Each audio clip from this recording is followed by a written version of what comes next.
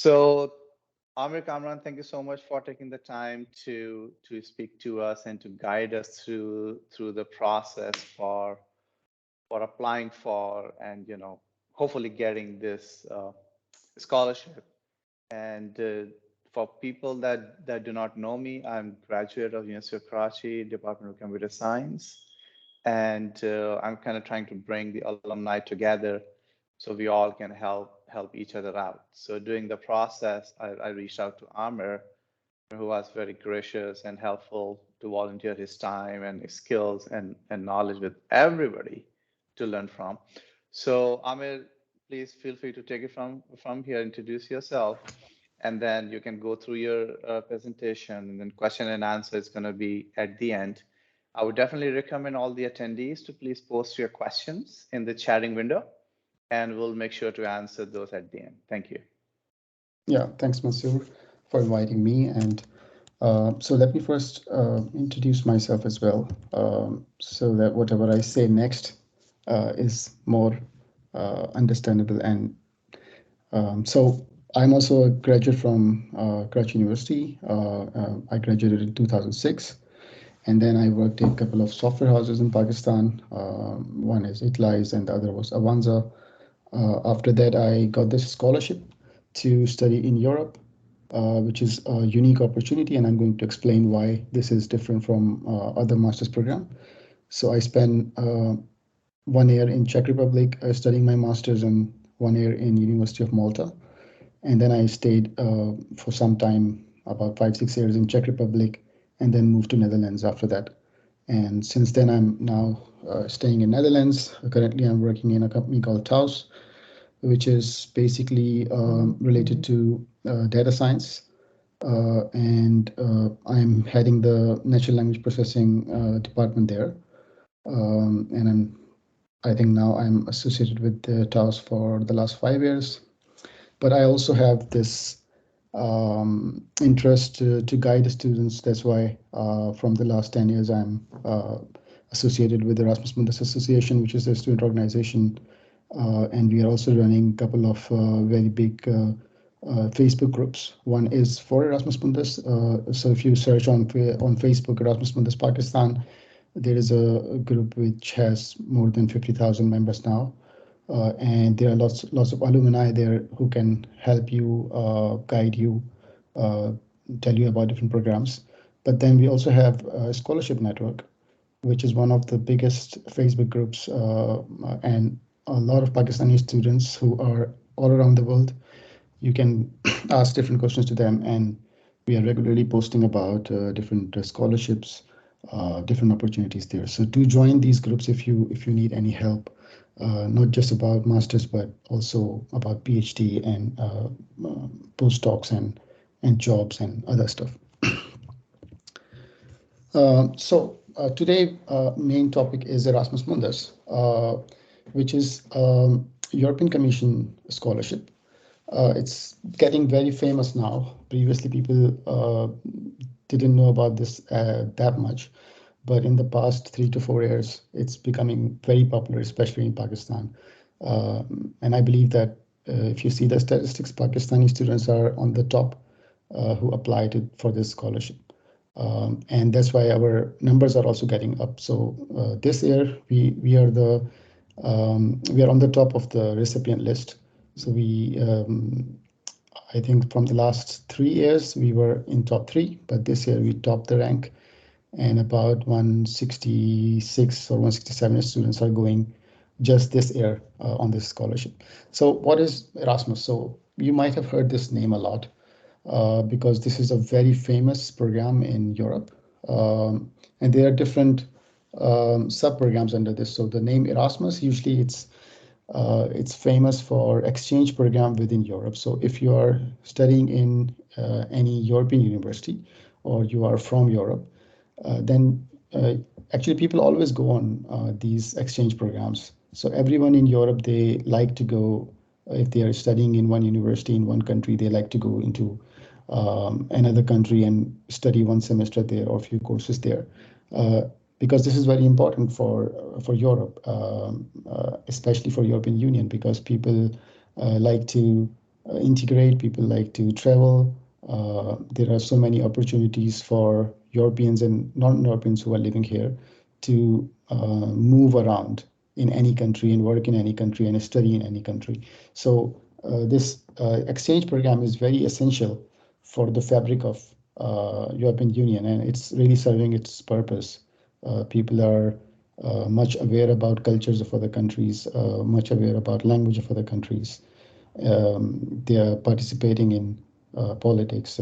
So this is one of the most, if I say not just Europe, but overall in the world, this is the longest running exchange program.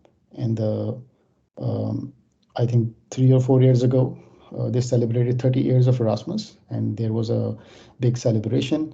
And I've noticed that a lot of big names who are now in the leading position of different countries, they have they went on Erasmus and they did exchange semesters through this program. So just the name Erasmus is basically the common name that is used for the exchange program. And there are lots of other programs that comes under this. But Erasmus Mundus is slightly different.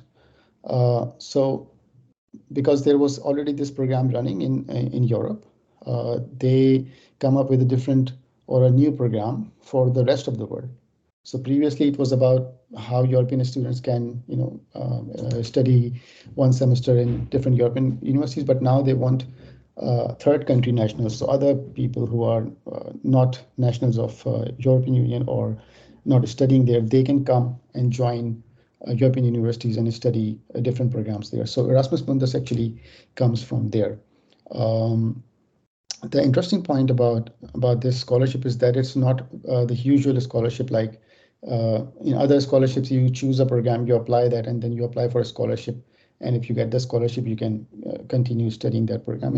In Erasmus Mundus, the programs are also designed specifically for this scholarship, or they're following a certain pattern or certain guidelines from the European Commission. They are, first of all, very multidisciplinary.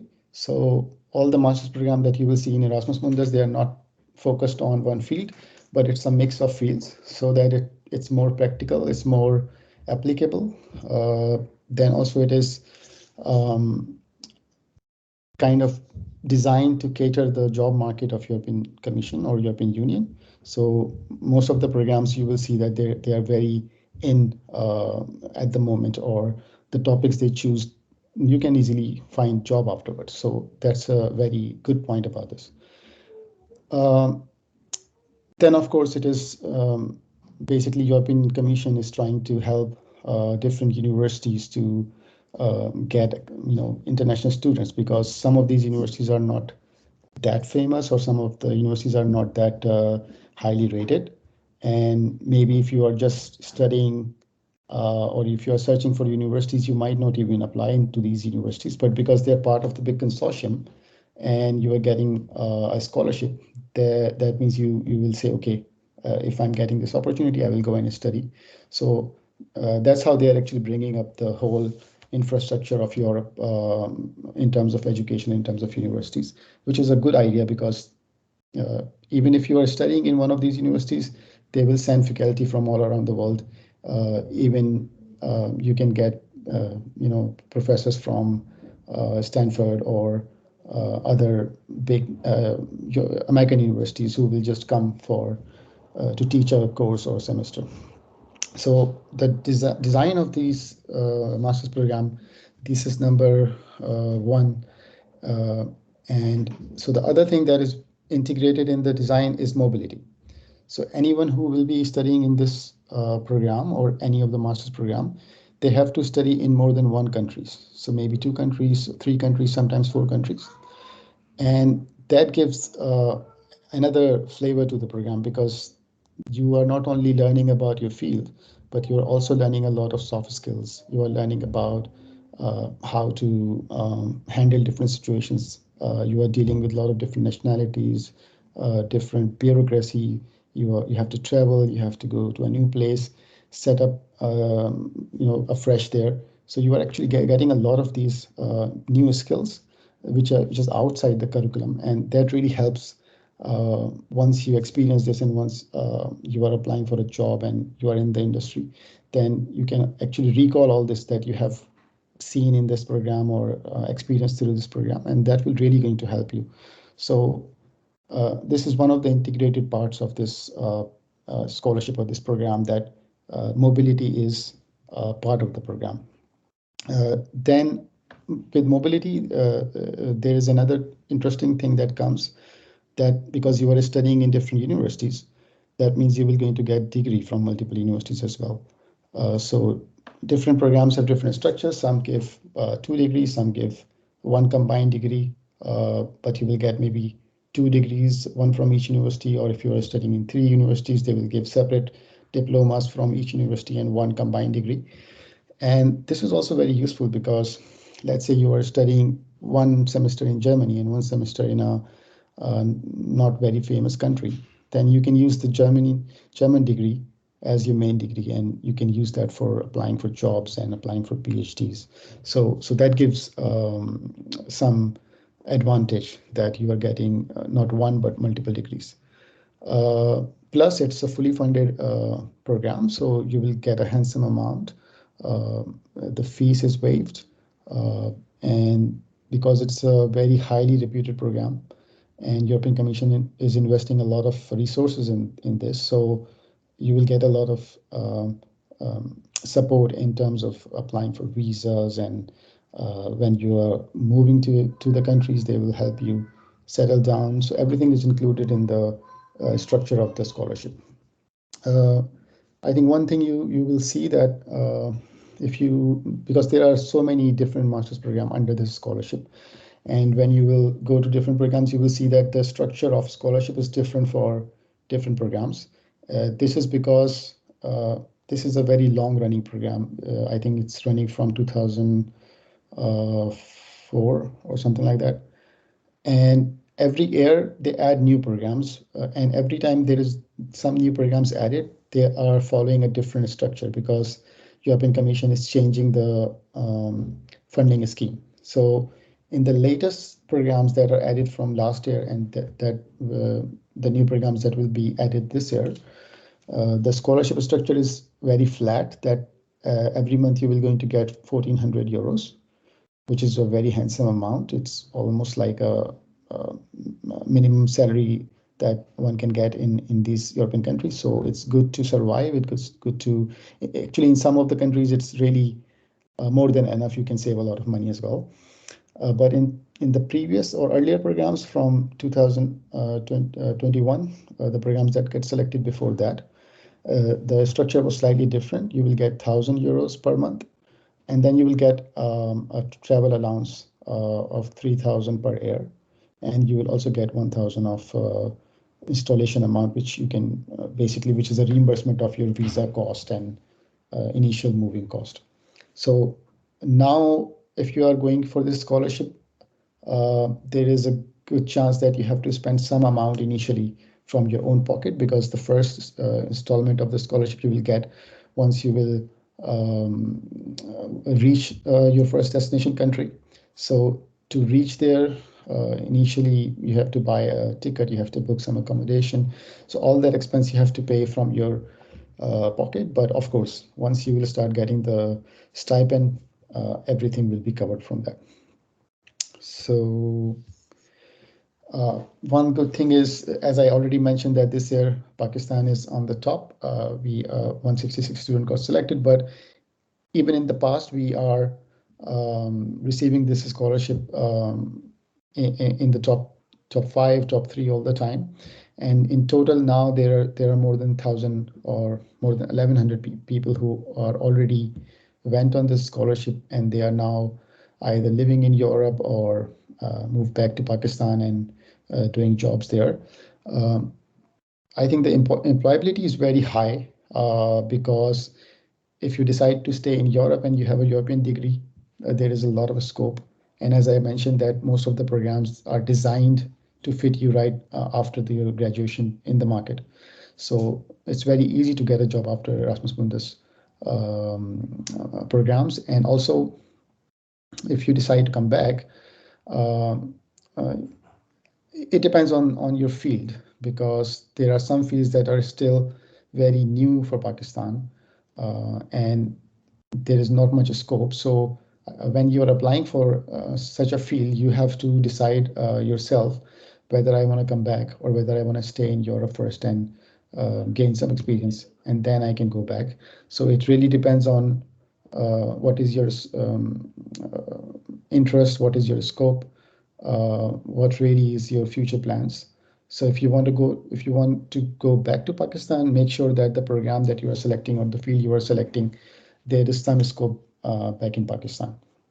Because I've heard from some alumni that in some areas they don't find jobs. But of course, in computer science, uh, it doesn't matter where you live now. There are so much opportunities available, especially in data science, in Europe and elsewhere. There is a shortage of resources. So let's move forward. How to apply? It's the process of applying is very straightforward and very simple. As I mentioned that there are so many programs in under Erasmus Mundus. This is not just one program. So the requirements are dependent on the program that you're applying for. So if you see here, I've mentioned that there is a catalog. The link is mentioned here. If you click on this link, it will open a list of programs, and you can see that right now, I think there is more than 160 master's program listed under that. On the page, you will see some filters. So you can filter by field, and you can filter also by when the program is selected. But everything that is listed is right now available for a scholarship. So one important thing to consider is that a lot of students make this mistake that when they are actually searching for a program, they just look at the name of the program. And that's not a very good idea, because um, as I mentioned, that these are very specialized and very integrated programs. So multiple fields are involved in that. And um, I think one of the problems with Pakistani students as well, that um, we have a very narrow, what to say that, um, when we are studying in Pakistan, our scope is very narrow, because if you are studying, for example, in computer science, a lot of students have this idea that if you want to do masters, you will just go and do masters in computer science. But a lot of students don't realize that um, if you are doing a general masters, like masters in computer science, then you will going to repeat almost 50 to 60% of the curriculum that you have studied in bachelor's. So that master's is not adding value to your profile. It is much better to do a master's in a very targeted, specific field, or maybe in a field which is connected with other fields. Because what happens is that when you go in the industry, especially for computer science students, you have acquired the knowledge of computer science, but now you have to apply that knowledge in a very specific field. So let's say Tesla hire you, and now you're working in the field of automobiles. So you have to basically understand the industry there, and you need to know a lot about cars. Only then you can apply your computer science knowledge there. So for example, I am now working in the field of machine translation, which is a field that is a combination of linguistics, AI, computer science, statistics, mathematics. So if I will just go and do a master's in computer science, that will not going to really add much value, because I will be repeating the same kind of courses of data structure and programming and algorithm analysis, which I already covered in bachelor's. So it is much more interesting for a computer science student, or in general, any student who is doing a bachelor's in a field, to when they decide to do a master's program, they should choose a very specific area, so that they can specialize in that. That's why I usually suggest students that after bachelor's, take maybe 1 year, 2 year, 3 years job experience, because that will give you a much more idea about what is happening in the industry, what are your interests. Because sometimes when you are doing bachelor's, um, you have this perspective that, okay, I'm good in this. But the moment you go into industry and you apply that knowledge, you realize that, okay, this is not what I thought and this is not working. I should change my focus to something else.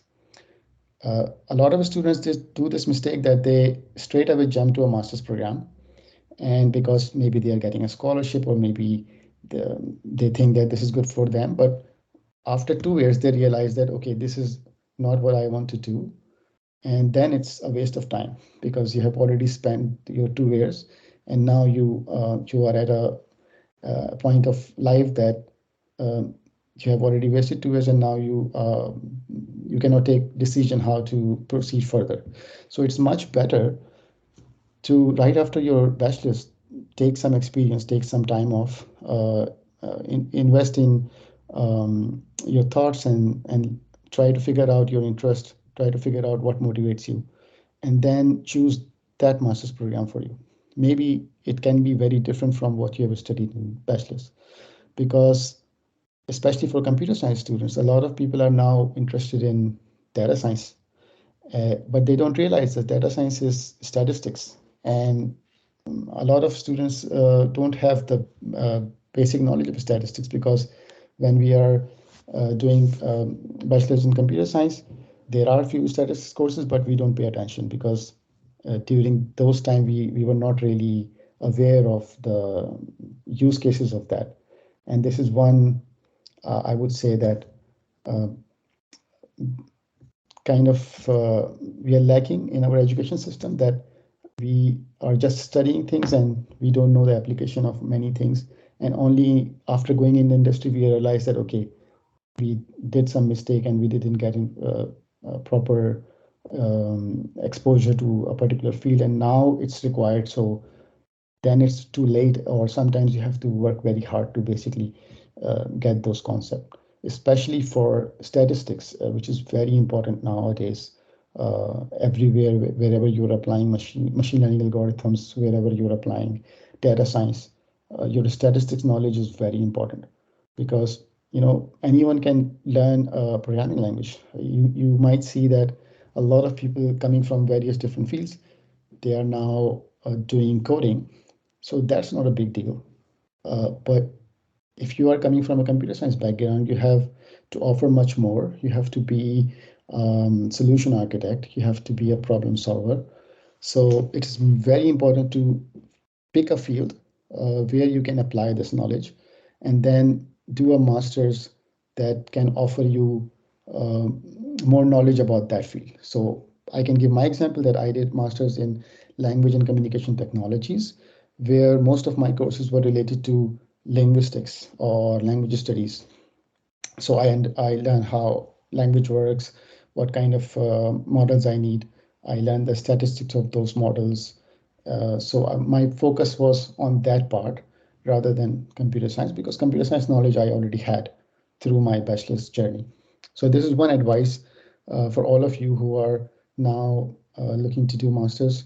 Try to figure out what excites you, what kind of target area you want to apply computer science knowledge in. And also to other people who are not from computer science background, you should focus yourself and try to figure out what excites you, and what kind of uh, narrow down field you want to target, focus area that you want to target in the future, and then try to search for those fields, those master's programs. So one good thing about Erasmus Mundus is that the master's programs are not general masters. They are very specialized focus masters. So my suggestion to all the people who are trying to look in the catalog is not just look at the name. Try to read the description of the program, try to click on the website and see what this program is about, what different fields are basically coming together in this program. To give maybe one more example, like there was a program related to tourism. I'm not sure if it's still there or not, but so when you are just skimming through the catalog, you will see that, okay, this master's program is about tourism, how I can contribute to that, or how this is related to my background. But if you read the description, tourism is actually a combination of business, a combination of economics, a combination of also IT nowadays, because you need an infrastructure to support. You need a lot of you need to design a lot of e-marketing things. You need to design a lot of e all the things that are happening, the activities, the events, they are all connected to some kind of IT portal now. So there is a scope for computer science students as well there, but there is also a scope for business students. There's also a scope for city designing people or civil engineers or other fields. So when you just read the name, you will be like, okay, why should I apply to this program? But if you read the description, then you will understand that, okay, this is an application area of my field. So maybe this is something that I'm interested in, and this is something that I might do. There are lots of programs related to sustainability, lots of programs related to energy. So go there, take your time. There are lots of programs, but take your time and read the descriptions, read the details on the website, and understand the scope of the program, understand how you can relate to that program. Is there anything that motivates you? And if there is something, then to apply to that program. Okay, so once you know that, okay, now you want, maybe you list down 3, 4, 5 programs that you think that is relevant to your background, relevant to your interest. And after that, the next step is to collect more information about those programs. Because as I mentioned that a lot of students ask, okay, when is the deadline of application? What are the requirements to apply? And I always say that because this is not one program, so there is no deadline for Erasmus Mundus. There is no requirement for Erasmus Mundus. The requirements are for specific programs, the deadlines for specific programs. So you have to go there, you have to click on the website, and then you can see all the details there. So every program have different starting and ending dates. They might have slightly different requirements. So depending on the field, they can ask you for different things. But mainly, the few things that everybody need is that you should have a bachelor's degree in a specific field, and then you should have language skills. Most of the programs expect that you will provide a language certification like IELTS or TOEFL. And in some cases, you can also use your a certificate from your university. Like if you're studying from University of Karachi, you can ask the administration to provide a certificate that mentions that all the courses that you have studied, they were in English. So then that can be used as well as the proof of language. And then in some of the programs, you have to provide a residence certificate, which is to specify that you are living in Pakistan, because to apply for this scholarship, there are 2 categories. One is program country and one is partner country. Program country means that all the programs, all the countries that are part of European Union or part of the Erasmus Plus program. If you are living there, or if you are living there in the last 5 years for 12 months, then you have to apply as a student of that country. Otherwise, you have to apply as a student of, as a third country student or a partner country student. So most of the people who are applying from Pakistan, they are in that category. There is no difference for the student which category they are applying for, but there is a difference for the university, because European students pay less fees and third country students have to pay more fees. So, and this is not really affecting students at all, because the fees is coming from the scholarship. So it doesn't really affect you. The only thing that can affect you is that 30% of scholarships are only going to the European students, and 70% is going to rest of the world or the third countries. So if you are applying as a third country student, that means you have more opportunities to get the scholarship. One thing that I've mentioned here is that in most of the programs, you might see this written that you need 180 to 240 ECTS. And a lot of students have this question, what is ECTS and how we can convert our Pakistani credit hours to ECTS. And the answer is very simple. You don't have to convert anything, because ECTS is a European credit transfer system, and it does not apply to Pakistani credits. So there is no formula. You might see a lot of different formulas online, in different forums that multiply your credits by this number or that number, but you don't have to really do any of this. There is just one rule of thumb, which is that one full year of studies is equals to 60 credit hours in Europe. So based on that, you can decide how many credit hours you have. So if you have 3 years degree, that means you have 180 ECTS. If you have 4 years degree, that means you have 240 ECTS. So most of the people who are coming from Karachi University, they usually have 4 years degrees, so they are good to go. They can easily apply to any of the programs that are listed. In few programs, they also prefer that you should already have masters. So in the requirements, you can actually see which programs are those.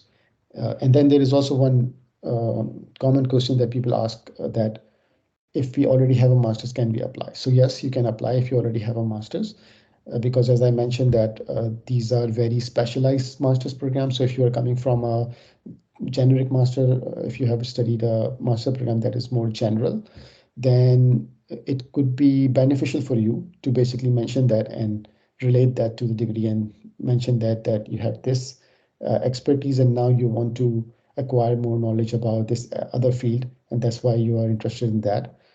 So that could give you edge over other students. Let's move on. So I've mentioned some of these things that are the requirements. CV is another important document, and one thing that is very I have noticed, because lots of people send me CVs to review, and it's kind of frustrating for me that everyone is doing the same kind of mistakes when they are making CV, which is very because CV is not a very creative document. It's just a record of your past. So I don't know why people make so many mistakes in that. There is a very simple format to make CV, and if you are applying for Erasmus Mundus, you can also use the format that is recommended by European Commission, which is called Europass. So there is a website of Europass. You can go there and you can fill the form, and then it can generate the CV for you. But the kind of mistakes that people do is, for example, starting with personal information. So everyone in Pakistan have this tendency to just provide all the information that they have, their phone numbers, their NIC numbers, their passport numbers. I don't know why, but this is all useless. And in fact, in Europe, data protection is a very sensitive thing. So when you are actually doing this, this is not a good thing for you, because they will see that you don't really understand the idea of data protection and you don't really care about your data, and you are just putting it on a public document like this. So try to avoid that.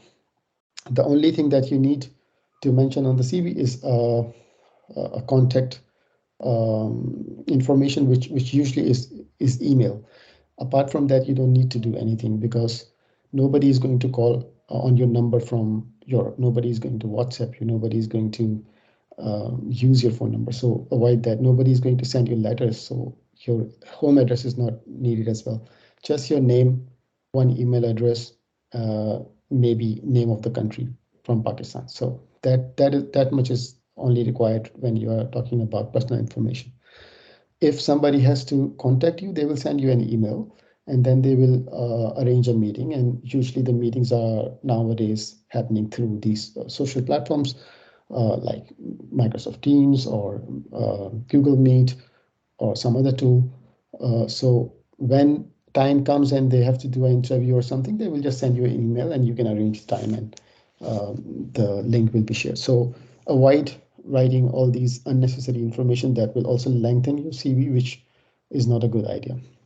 Then a lot of people add too much information in the CV that is completely irrelevant to the program that they are applying for. So imagine that the person who is reading all these documents and your CVs and your motivation letters, they are receiving thousands of applications. They cannot give half an hour or 1 hour to one application. They have a very short span of time to review your documents, and you have to impress them in that short amount of time, maybe just 10 minutes.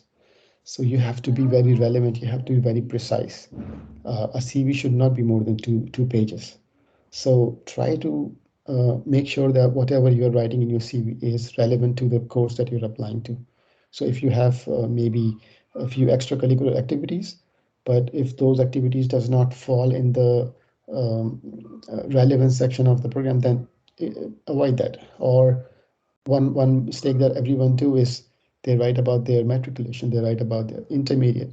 Once you have done your bachelor's, nobody cares about what you have done before that. So write your first major degree, which is the bachelor's. If you have master's, write that. But before that, what you did, that is irrelevant. Similarly, if you're applying for a educational program, if you're applying for a university admission, then make sure that your education comes first and then your experience is listed, because if I'm reading your application, I need to know whether you are eligible to apply or not. So if you have written 2 pages of experience and after 2 pages, I will see that, okay, you don't have the required degree, then you already wasted my time. So it's better to first list the education, because that will give me a good idea that you're eligible or not. And then you will add extra information. Plus with your education, mention details about what are the main topics that you have covered, uh, mention maybe the CGPA, what is your final year project. All should be in one place, because a lot of people break down this into multiple headings, and then it doesn't really make sense that why there is a project mentioned in the second page, and how is that relevant to your bachelor's program or not. So make sure that everything is combined in one place, so that when I'm reading, or a person who is the decision maker on your CV, they can understand what is there and why it is there. Um, yes, so, and then in most of the programs, you also have to write a motivation letter. And motivation letter is one of the very major component of Erasmus Mundus applications, because a lot of the time that will make or break your application. So sometimes you have maybe your GPA is not that great.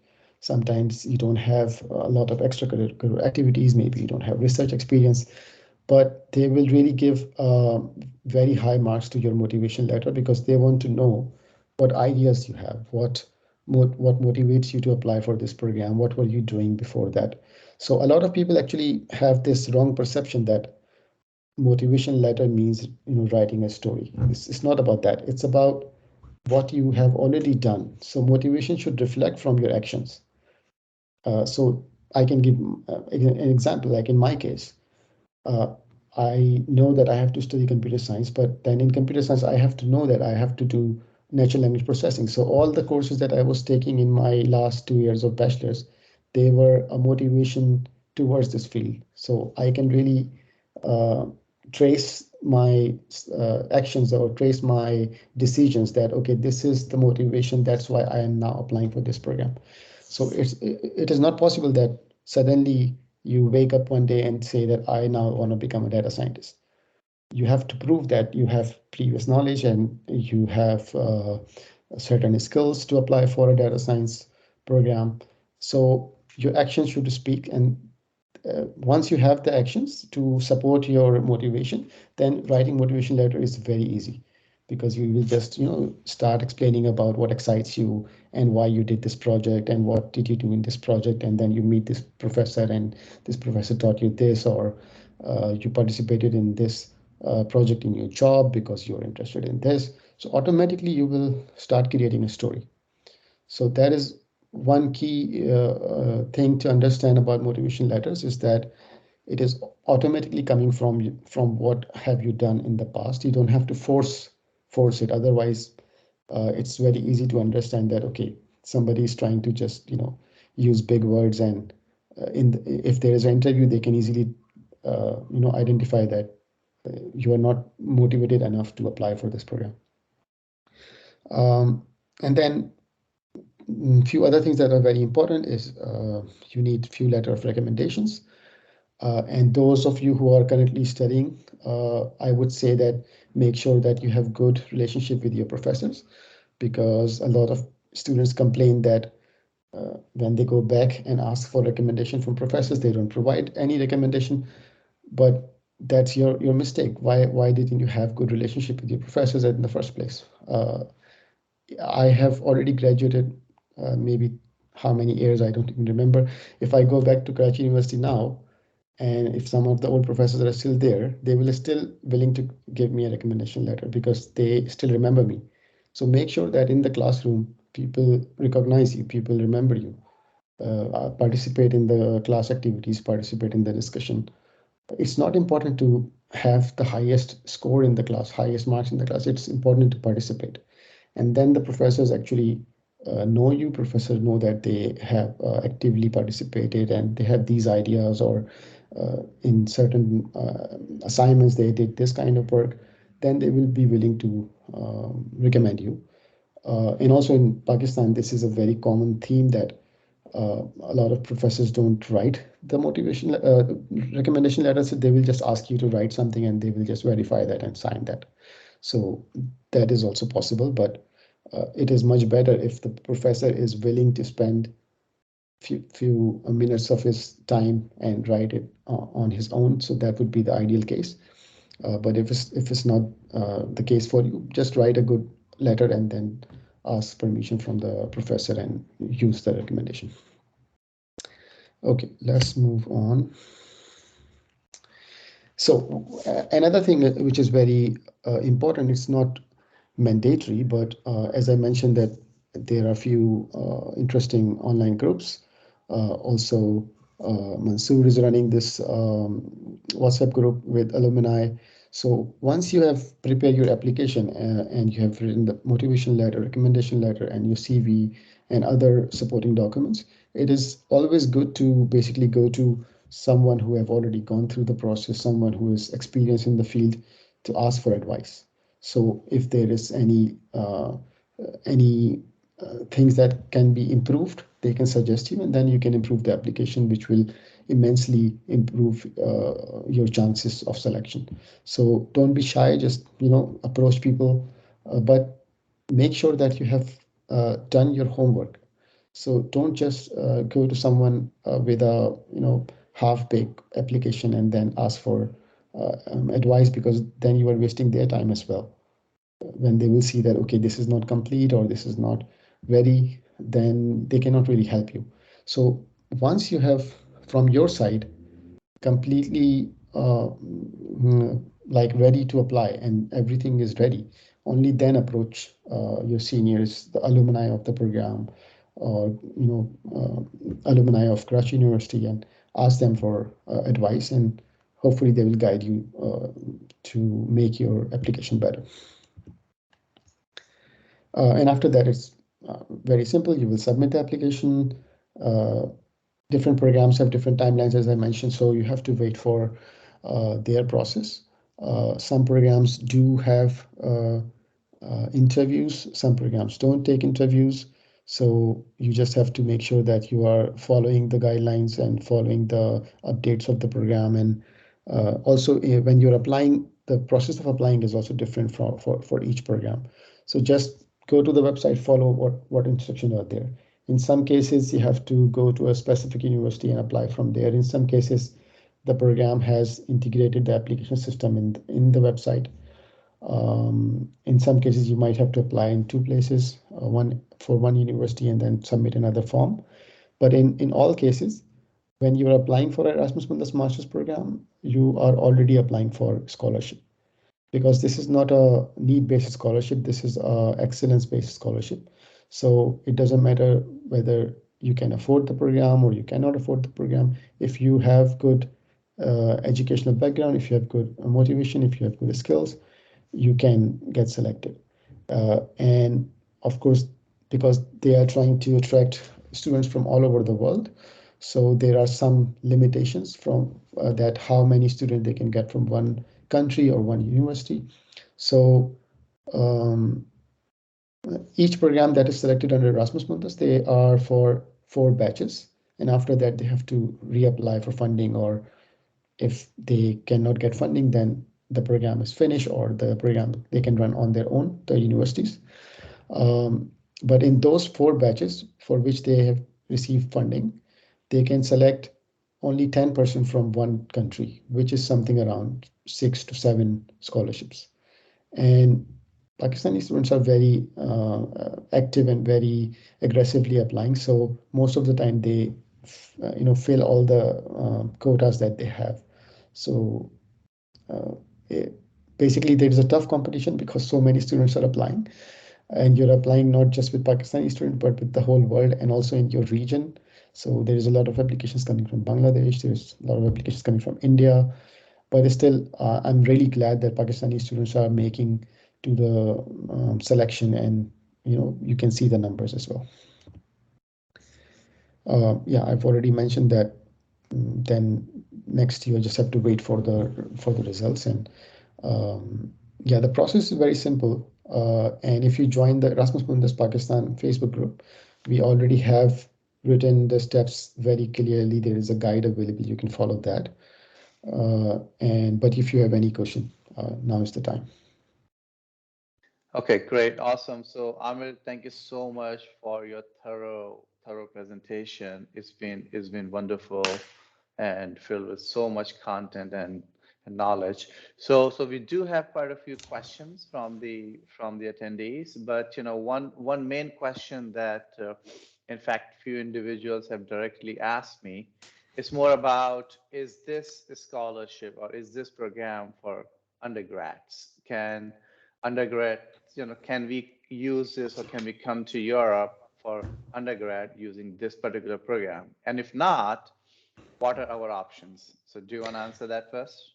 Sure. So let me first also tell you that this program is not for PhD, because a lot of people ask about this more than undergraduation.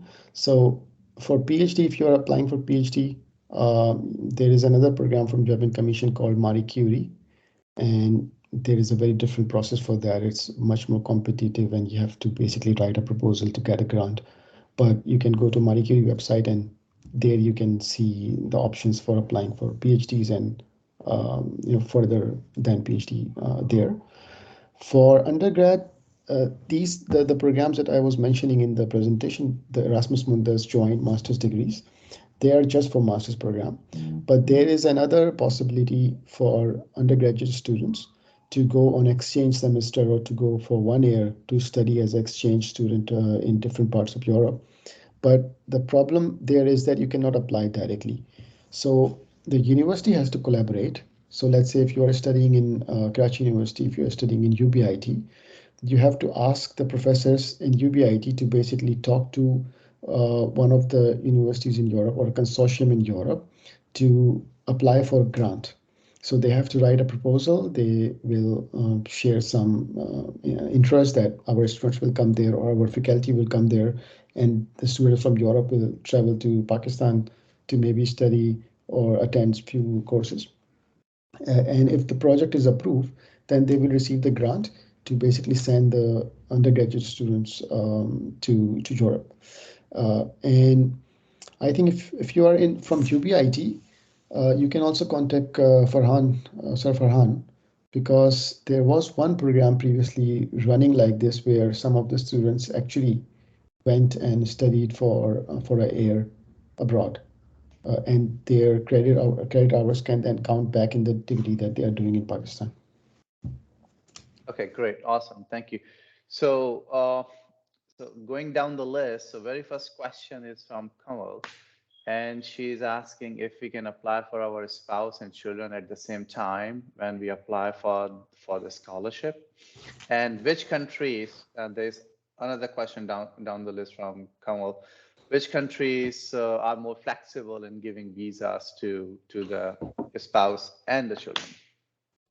Yeah, so if the thing with visa is that it's not really related to a master's program or educational program. Visa regulations are country specific. And for example, if you got a scholarship to study, the scholarship amount is only covering one person expenses. And in some countries, because some of the countries are very expensive, like Netherlands, or like if you are going to Norway or Finland, these are very expensive countries. So uh, even if you are getting 1,400 euros per month, that will be hand to mouth there, because most of your expenses will be going towards the rent and other things. So it's not really feasible to bring a partner with you. But if you have enough of your own money so that you can show to the embassy that the partner or the children can support themselves for 1 year or for 2 year, then you can actually apply for visa. And some of the students actually got the visa as well. So it is possible, but I would always recommend that avoid that because um, especially in current situation where the situation of economy is down, where inflation is at the peak, this is not the right time to do that because you're coming here for 2 years to study some program. Come here, study the program, apply for a job. Once you will get the job, then it will be much simpler, much easier process, and then you can easily support your partner as well. And then your partner can come and they can also work, because if your partner is coming right now on your status, which is student, they might also have restrictions on work in different countries. So different countries have different requirements. So it is possible to apply, but you have to spend your own money, and I would not recommend that. Okay, great. Thank you. Now, I actually did have a question about recipients of the scholarship. Once they are in the host country, will they be able to work outside of the college or university they are at? Let's say at a bar. Mhm. Yeah, it's possible. Every country has their own rules, how many hours students can work. But the other thing is that because these programs are very exhausting, there are so much workload, and because they are expecting you to do that, they are paying you. Um, so usually you don't really need to work. But let's say if you want to work to maybe support your family back home to earn some extra money, then it is possible. Most of the time in most countries, you are allowed 20 hours a week. But then also, it's very difficult to find work as a student. Um, you can try to find work in university, which is the most feasible one, in different projects, in different research projects. Especially for computer science students, that's the most easy way to work, and that's also relevant to what they're doing. So they will be still working with teachers, they will still be working on the same kind of field. So that's the most relevant. Or you can do freelancing. As a computer science student, you can always do freelancing. So that's a good option rather than going outside the university, and then you have to waste a lot of time there, and then that will affect your studies. Right. So actually, this last part does answer Sharia Khan's question. Can we continue doing remote job during our studies? So that's taken care of. Now, what is the role of overall GPA in getting the scholarship? Yeah, so of course, when you are actually competing with so many people from all around the world, and a lot of people are actually cream of their universities, and they have very good GPAs and other extracurricular activities as well. They have research. So of course, competing with them, it's really difficult. But it's not like that if you have low GPA, then there is no hope for you. So always, if you have any lack in any area, let's say GPA, then you can overcome that with other things. Like if you have low GPA, make sure that you have good professional experience to overcome that. Or you can maybe publish few papers, or maybe if you think that your graduation GPA is very low, maybe do a master's from Pakistan, maybe a 1 year master's, and try to improve on that. But more than GPA, it's very important that your overall profile fits the program very well. So whatever your previous activities are relevant to the field that you're applying to, and also your motivation should be very high. So your thought process, what you want to do, and how different courses that you have studied or different jobs that you have done, how that relates to that particular program.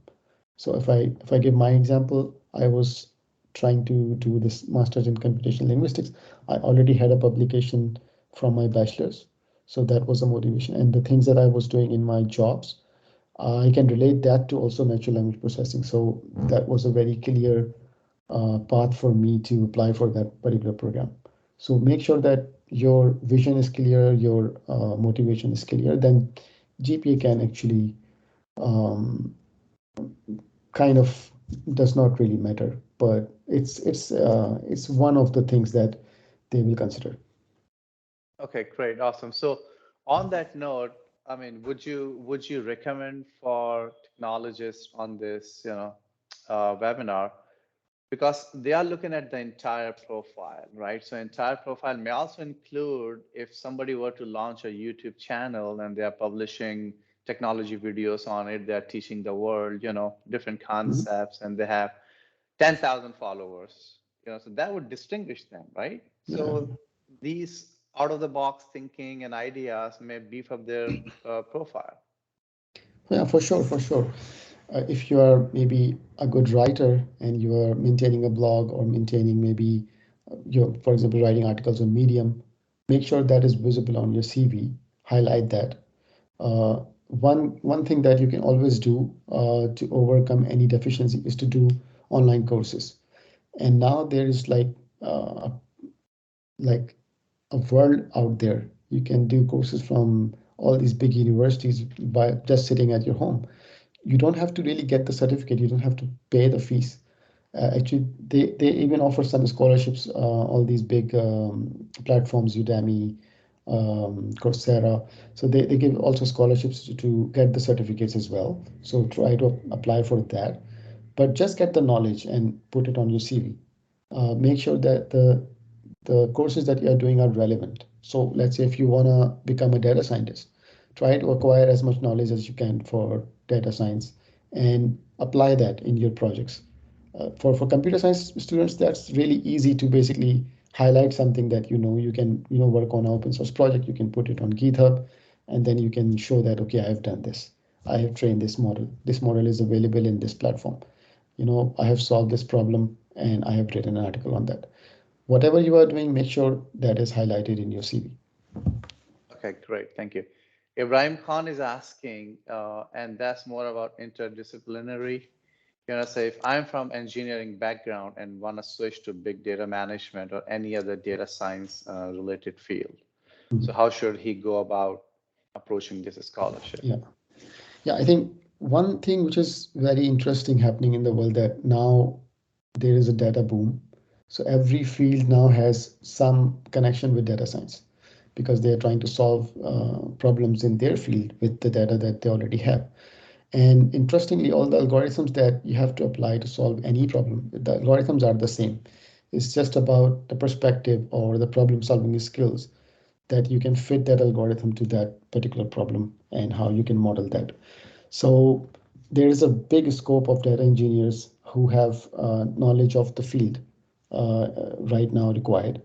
As I gave an example previously as well, that if you want to go in automobile field and you have both knowledge, like data knowledge, data science knowledge, and the knowledge of the cars, that will give you an extra edge. So like in my field, if I have knowledge of linguistics and statistics and computer science, that always gives me an edge. So if you are coming from an engineering background and now you want to explore the data science background, uh, the first thing you should do, you should really go to all these online platforms and do some courses, because that will first of all clear your own expectations from yourself, because maybe you want to do something because that looks exciting and that looks very in with the society, but maybe it's not your interest. Maybe you will start studying and then you will say, oh, this is not what I want to do. So first explore that, make sure that you understand what you really want to do, make sure that you can make the connection of engineering and the data science together, and then see what kind of programs are available for the combination of the two. And I think you can easily find a few good programs that combine the two different fields. And also you have to be slightly, you have to think out of the box, come up with application areas that, okay, if I have this knowledge and I will add data knowledge to that, what kind of problems I can solve. So think about that, and then you can easily see and reflect that, okay, this is the area that I want to work with. These are my ideas. This is my motivation. I can write a good motivation. And then your application will sound better and different from others. Okay, so on that note, before I forget, so there is something called GDPR. It's EU regulation about data protection.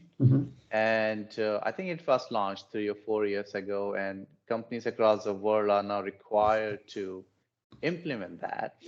And in EU Union, the data, the personal data, your information, your name, date of birth, color of your hair, anything and everything about you. I mean, privacy of that is considered your basic human right, just like your right to eat, right to sleep. That privacy is considered basic human right. That's huge. So if you can maybe take some courses on that, learn GDPR inside out, and maybe highlight that on your resume, that might also help, right, Kamran? Yeah. Actually, there is a new course. I think it started last year, and one more course coming, which is related to data science and law. So, and these are all the policy matters. Like GDPR is not just issue of privacy; it's issue of infrastructure, how the data is being transferred from one server to another, what is happening, what encryption models we are using, where can the data breach. So all of these are very IT related questions as well. But then on the other hand, this is very policy related issues as well. So the people who are working in this field, they need to have understanding of the law, they need to have understanding of IT, they need to understand human psyche as well, when it is important for someone to save their data or don't share something. So this is really a field that has a merger of many different areas, and there's a lot of scope, especially in Europe, about this, because you can easily become a policy expert if you have all this knowledge. You can work with governments. In Pakistan, this is not a big thing, but we already seeing the data breaches that are happening with the government. So maybe in Pakistan also there is a scope for this. Sure. Now, Kamal is asking which countries are flexible in giving visas to the spouse and children? Yeah, that's a difficult question because everything depends on case to case and person to person. So maybe one person can easily get from one country and other is having problem there, and the other will get from one country. But most of the time, all these countries are good to go.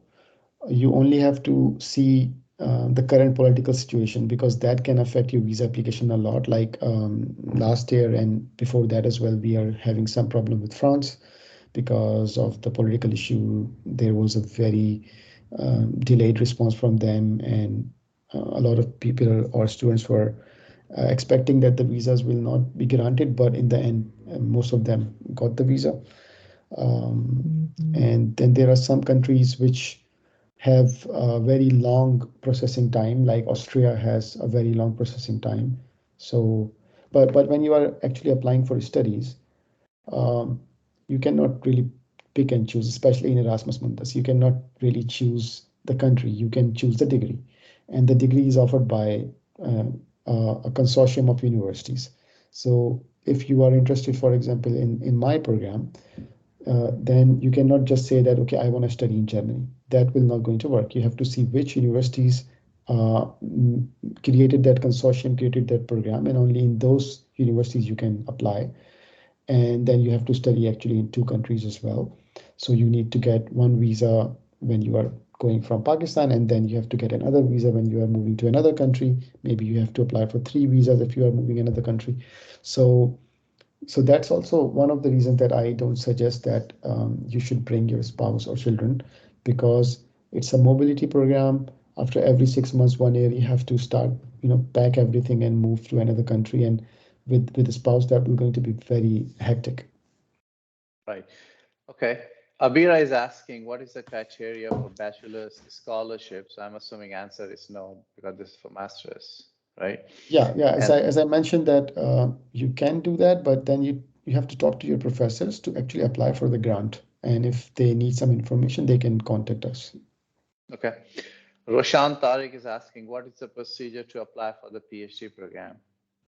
Yeah, so in Erasmus Mundus, there is no PhD program available.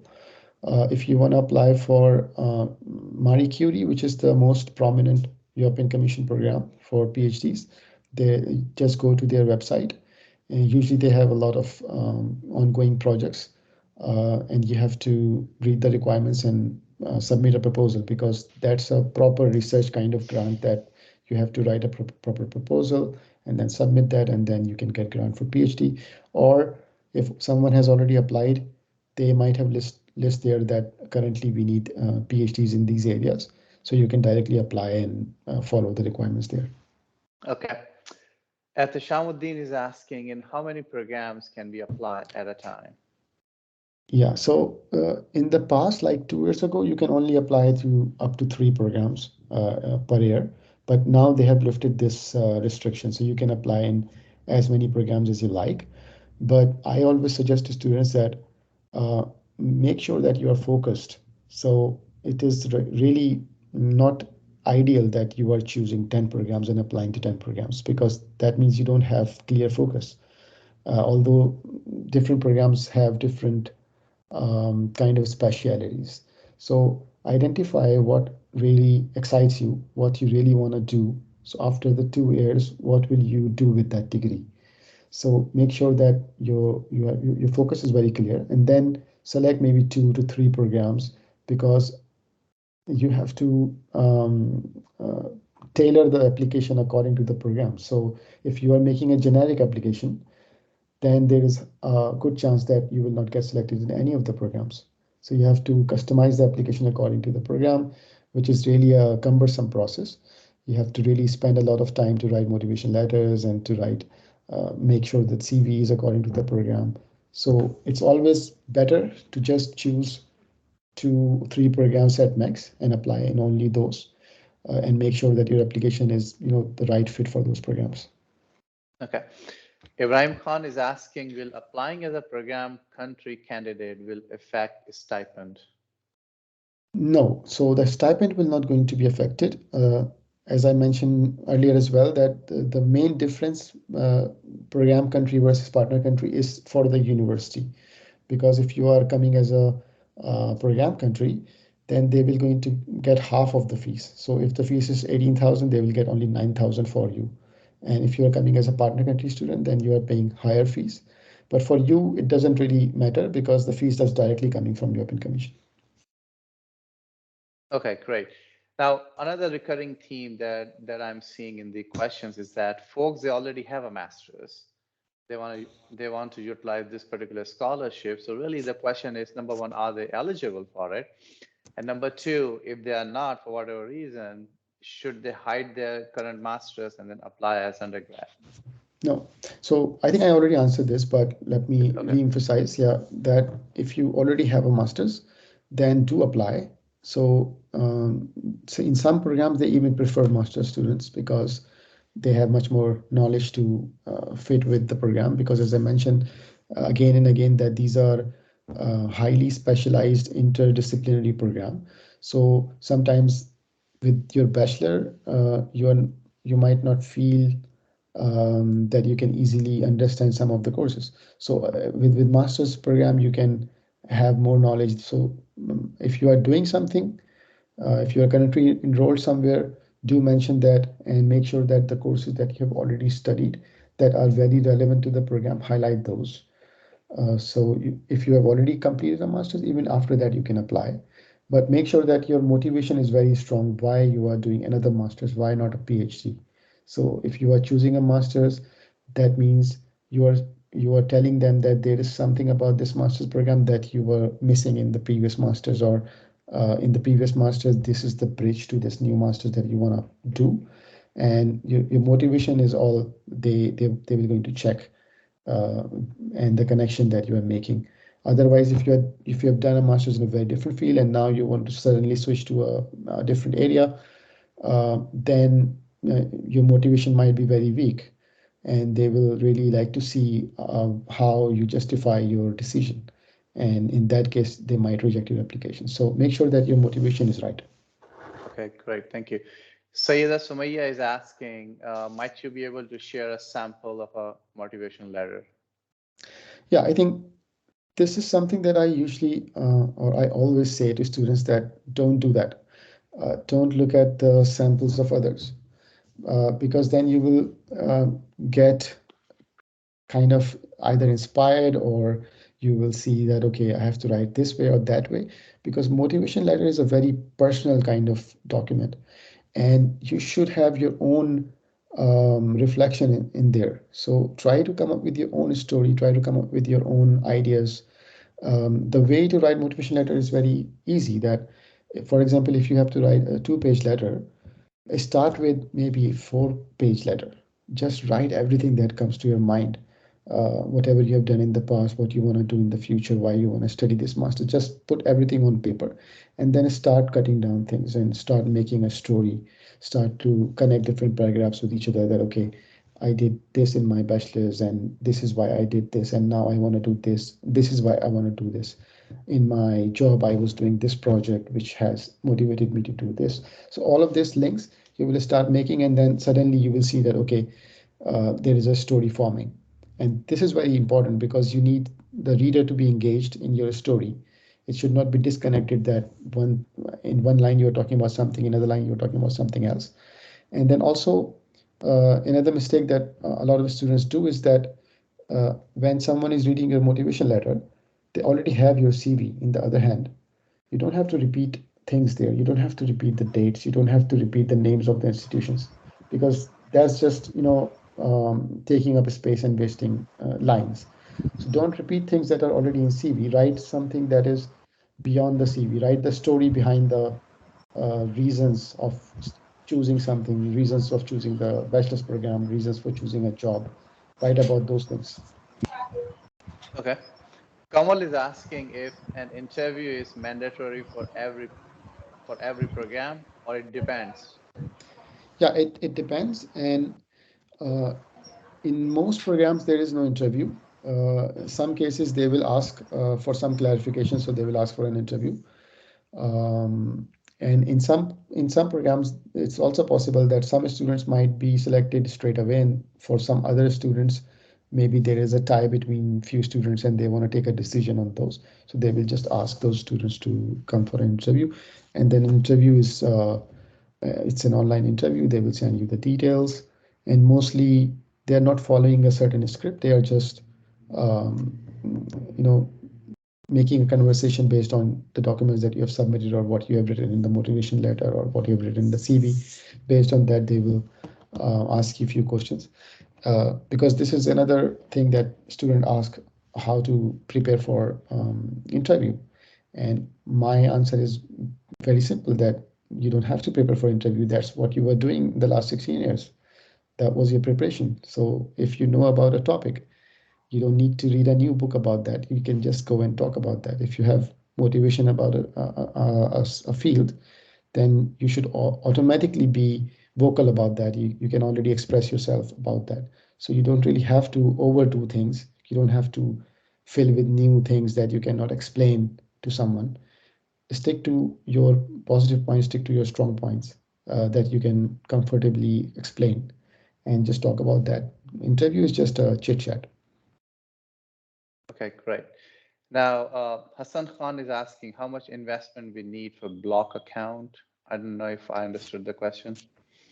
Yeah, so if you are getting scholarship, that means you are fully covered, so you don't need a block account at all. So based on the scholarship letter, you will get the visa. The only thing that you might need is initially, because if you get selected for a scholarship, they will not send you any money in Pakistan. So initially you will spend money to get the visa. Maybe you have to travel to a different city to get the visa. So all that money you have to spend, the fees of the visa you have to spend, the ticket you have to buy to travel to Europe. So all those initial things, you have to spend the money there. And sometimes this can be a lot of money, maybe 3 4 5 lakhs.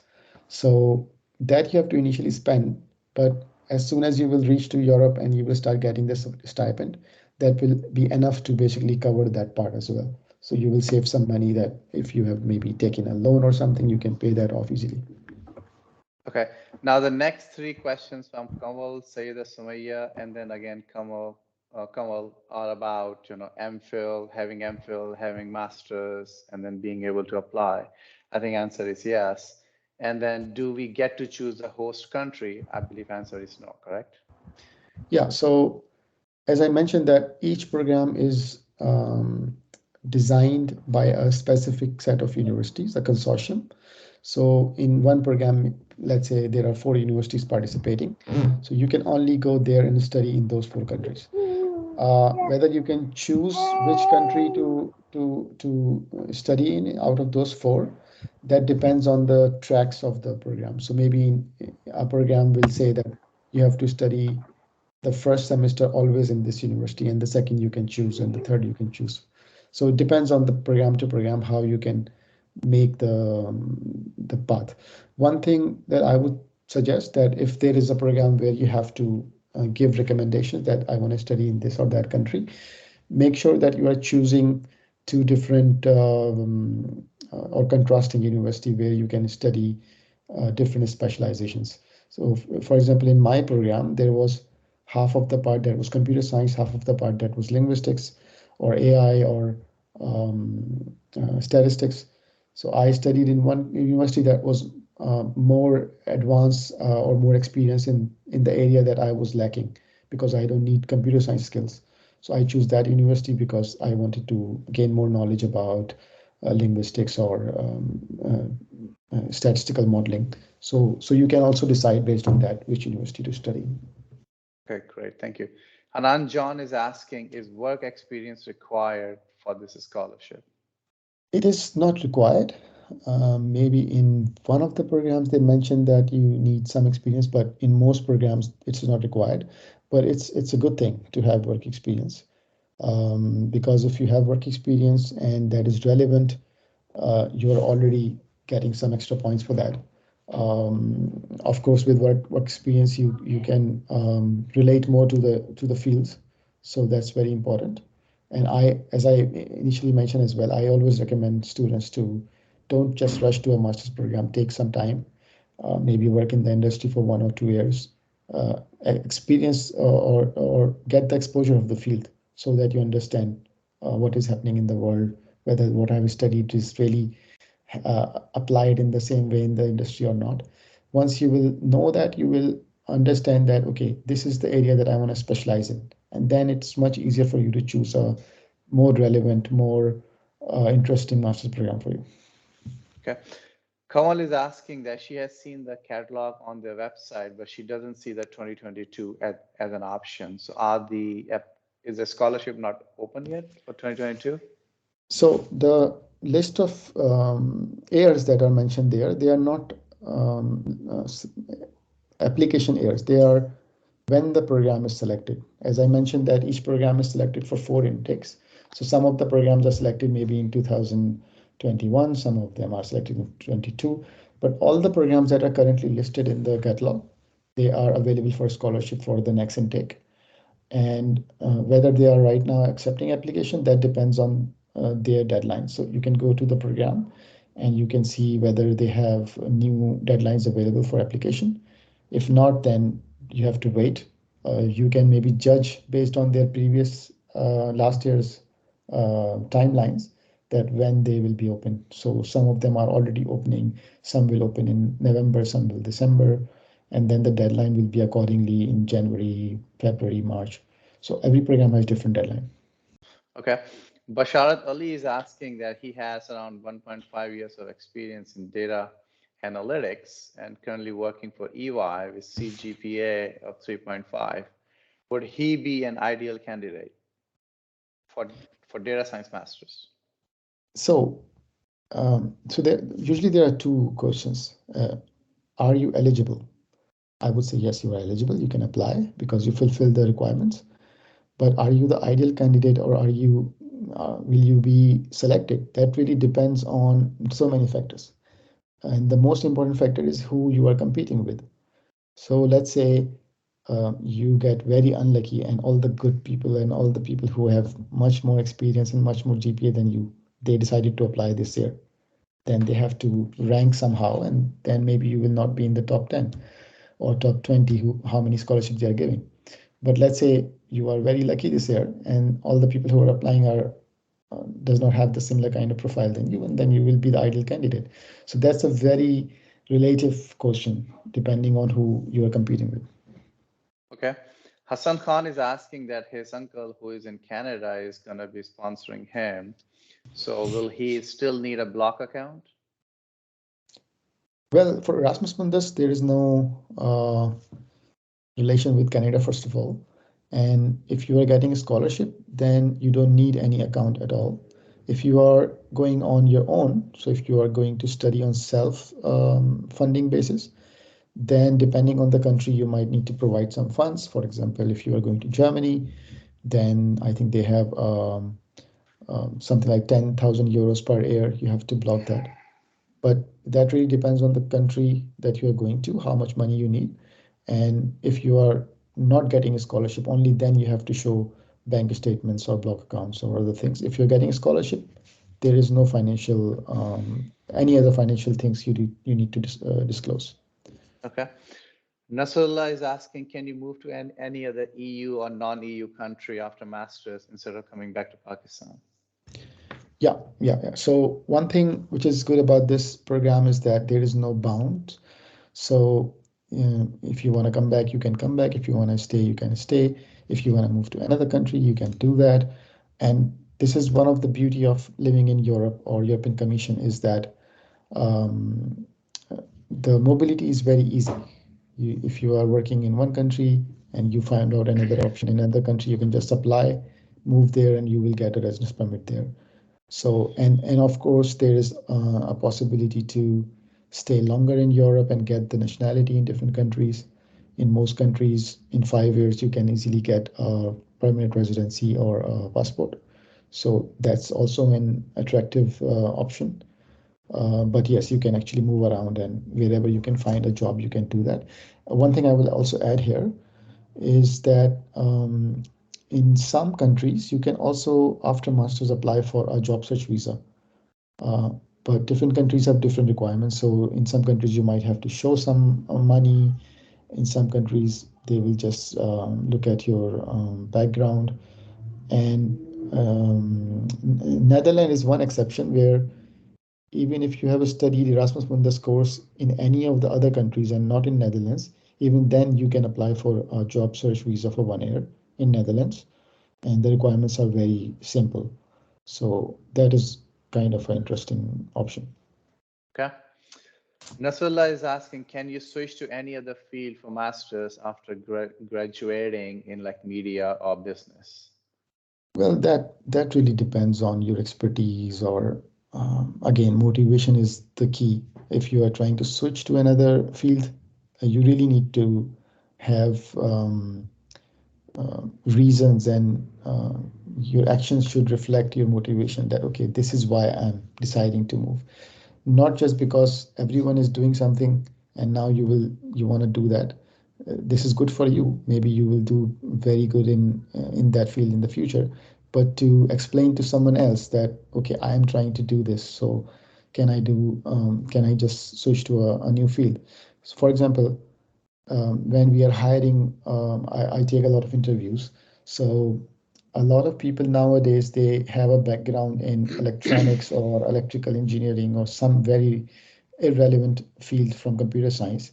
And then they will do some courses in data science and they will apply for a job for, proper data science position. And it does not work like that. You really need to show that you have basic skills of statistics. You really need to show that you understand the ideas behind data science. Otherwise, if you just know a library, that's not good enough. So you really need to show the motivation. Right. Okay. Sharia Khan is asking, what is good minimum GPA should I target? There is no required minimum GPA. If it's good, if it's high, that is a plus. If it's not, then it should you should have other things in your profile that is much better than other candidates. So I have seen a lot of students that have very high GPA and they didn't get selected. And I've seen many students with even less than 3 GPA got selected. So it's really up to overall profile. Okay. Now, Mehvish and Sayeda Sumaya are asking if IELTS and TOEFL required before they apply. Yeah, so Depending on the program that you're applying, you have to basically see the requirements there. Everything is listed, what certifications you need, what scores you need, and if it is possible, especially for English language certification, whether you can use a certificate from your university or not. Everything is listed there. And if you have any confusion, you can always contact the coordinators of the specific program that you are trying to apply, and they will reply or try to answer your question. Okay, great. Awesome. Thank you. Thank you so much. So unless there is any other question, I think we have already taken more than the allotted time. So, I mean, Amir, is there anything else to wrap it all up, to bring it home for all these, our students and alumni? I mean, what are like the top 5, 3 or 5 points or tip you can give them, like to sum it all together? Yeah. So just one advice, and that is that a lot of students are confused, like, should we apply, should we not apply, is our profile good enough? All of this you can only know if you will apply. So don't hesitate. This is a learning process. So getting a scholarship is also a whole process that you have to go through. Maybe you will not get it in the first time. You might have to apply maybe 3 times, 4 times, but it's a process. So just get involved, to apply wherever you see an opportunity, so that you can learn from that and you can improve your applications in the future. Don't expect that this is the only shot, or this is the last thing that I'm doing, and if this will not going to work out, then I will not going to continue. Your target should not be getting a scholarship. Your target should be getting the education that you are focusing on, or becoming expert in a field, or getting a job, or career oriented focus. So try to make sure that your goals are very clear, and then getting a scholarship is just one way to achieve that goal. Maybe you will not get the scholarship, but then go and work and earn enough money to basically go on your own. So there is always a way out. So keep applying, keep learning from the process. Try to engage with the alumni and the students that are already studying in these programs. I've already mentioned the groups that you can join, and everybody is there to help you. So just keep applying, keep improving. Okay, awesome. So I think this is it. So Amir Kamran, I really thank you for guiding us, for being there for the alumni, for sharing your knowledge and sharing your experience. And I will be posting this on our YouTube channel. And I think that's about it. So thanks a lot, everyone. Have a good night, good day. Thank you.